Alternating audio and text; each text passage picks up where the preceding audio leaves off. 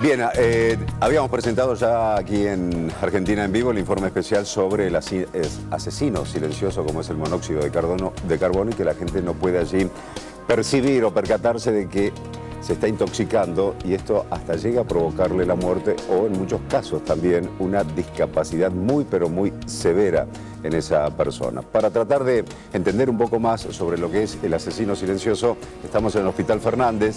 Allí está Nicolás Feuerman junto al toxicólogo, el especialista, el doctor Carlos Damín. Buenos días a los dos. ¿Qué tal, Claudio, Agostina, Nacho? ¿Cómo les va? Muy buenas tardes. Así es, para tener un poco más de información, para tratar de comprender un poco mejor en qué consiste y cuáles son los peligros de inhalar monóxido de carbono. Es imperceptible, es inoloro, es muy difícil darse cuenta que uno lo está inhalando y por eso vamos a hablar con el jefe de toxicología del Hospital Fernández, Carlos Damín. Muchas gracias, doctor, por recibirnos. ¿Cuáles son los riesgos y qué cantidad de pacientes recibe a diario aquí en el hospital? Bueno, la verdad que cuando comienza el frío la cantidad de pacientes que recibimos es mucha, depende directamente de la temperatura y a más frío claramente tenemos más pacientes. Primero porque la gente muchas veces no controla los artefactos que tiene en su casa y tenemos que tener claro que el monóxido de carbono se produce por combustión, no es un escape de gas. Es decir, el escape de gas es propano, butano, es un gas que es combustible. El monóxido de carbono no. Se produce siempre que hay llama, por eso no se produce de elementos eléctricos, se produce de hornallas, se produce del horno, se produce de la combustión del calefón, por ejemplo, o claramente muchas veces cuando la gente tiene estufas de tiro balanceado que pasó mucho tiempo y se pican, entonces empieza a tirar el producto de la combustión hacia adentro, no solo hacia afuera, y la gente muchas veces se queda tranquilo por esto. Pero es importante tener en claro que siempre es cuando hay llama. Y además la gente tiene que tener en cuenta que hay síntomas que son fácilmente confundibles con otras cosas, ¿no? Los primeros síntomas del monóxido de carbono son algo así como somnolencia, entonces por ahí uno cuando hace frío y está dentro en un lugar más caliente empieza a sentir como una modorra. Ese es uno de los primeros síntomas de la intoxicación por monóxido de carbono, a lo que se suele agregar dolor de cabeza. Y después inmediatamente se le agregan náuseas y vómitos. Esto la gente muchas veces lo confunde con problemas digestivos. Y es importante, nosotros siempre le pedimos a la gente que cuando tiene dolor de cabeza, náuseas y vómitos, y estamos en invierno, lo primero que debe pensar es en el monóxido de carbono y mirar qué es lo que tiene prendido, sobre todo porque la velocidad en la que se produce la intoxicación es extremadamente rápida y muchas veces no da tiempo a la gente incluso a llegar a abrir la ventana para empezar a ventilar, ¿no? Doctor, lo dejo en contacto con los estudios de C5N, está Claudio Rigoli, Agostina Scioli e Ignacio Ramírez, ya lo están escuchando.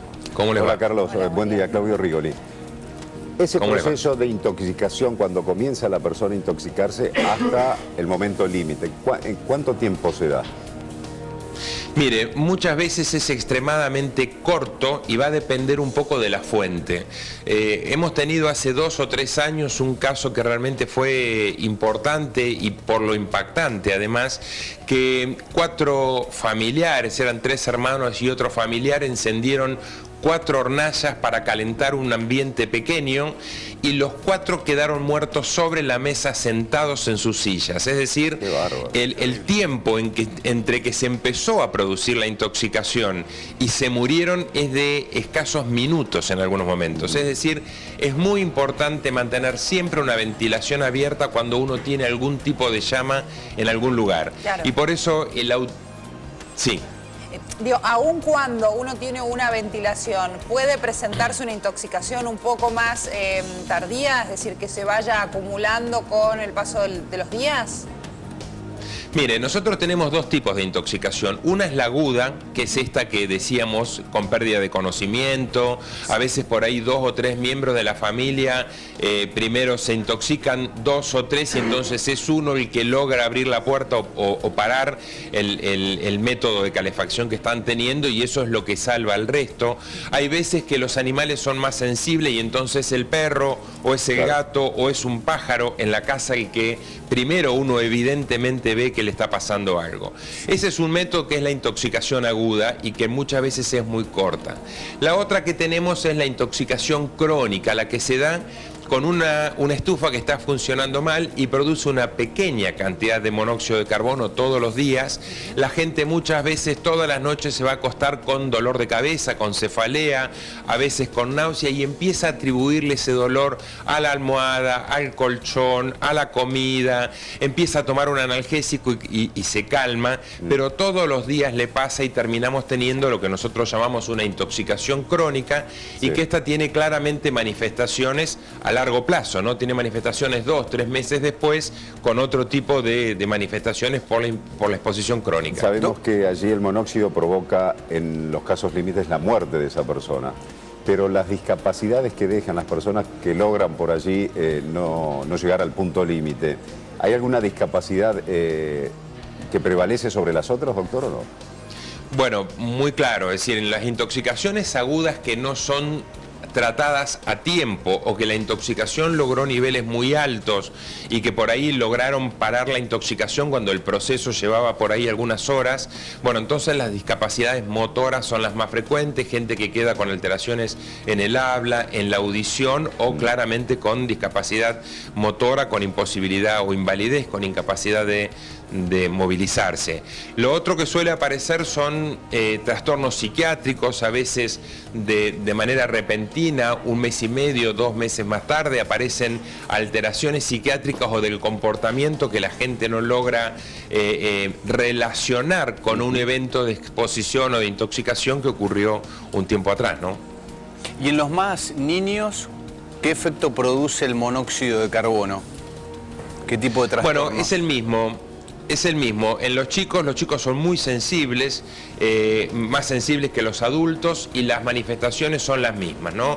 El chiquito que llora, cuando estamos hablando de bebés, chicos que lloran y no tienen explicación los papás de por qué están llorando cuando todavía no se expresan, y que tengan vómitos o bueno, cuando son un poco más grandes, dolor de cabeza o náuseas, son dos cosas que uno tiene que tener muy muy presente.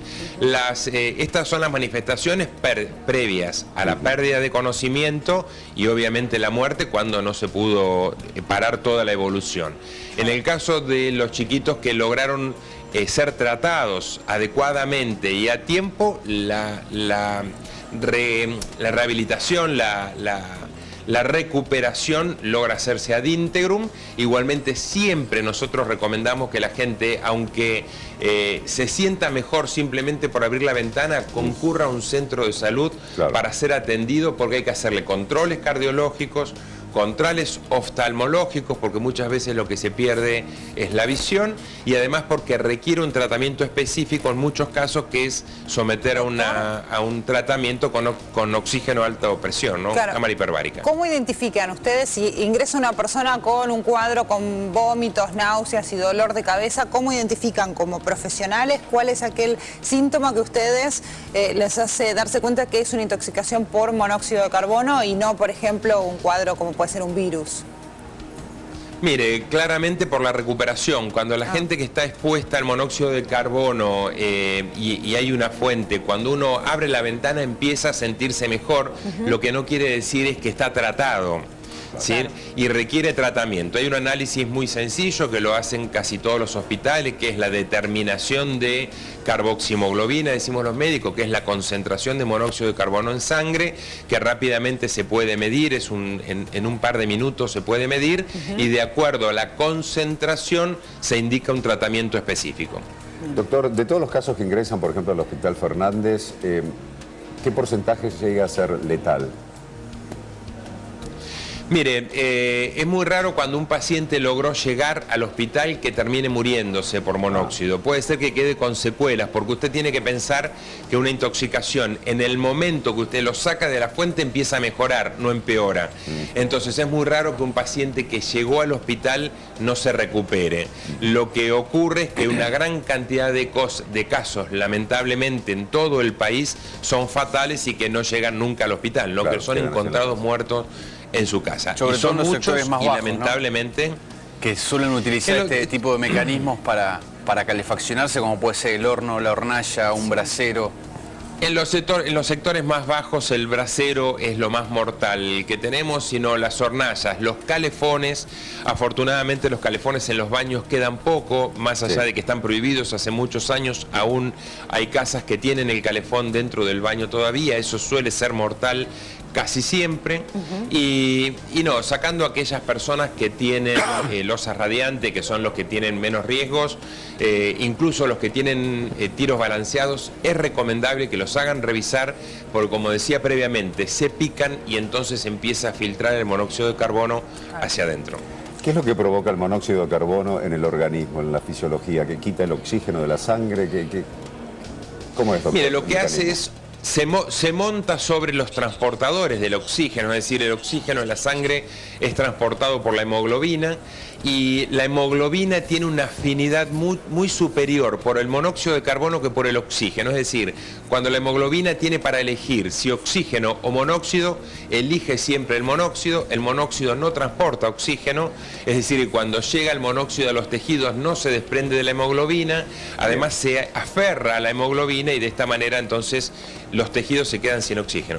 Carlos, también muy didáctico, como siempre, muchísimas gracias. Gracias. Un gusto. Por favor, hasta cualquier momento. Gracias. Gracias, Nacho. Gracias a ustedes y que termines muy bien tu día, Agos. Muchas gracias. De nada.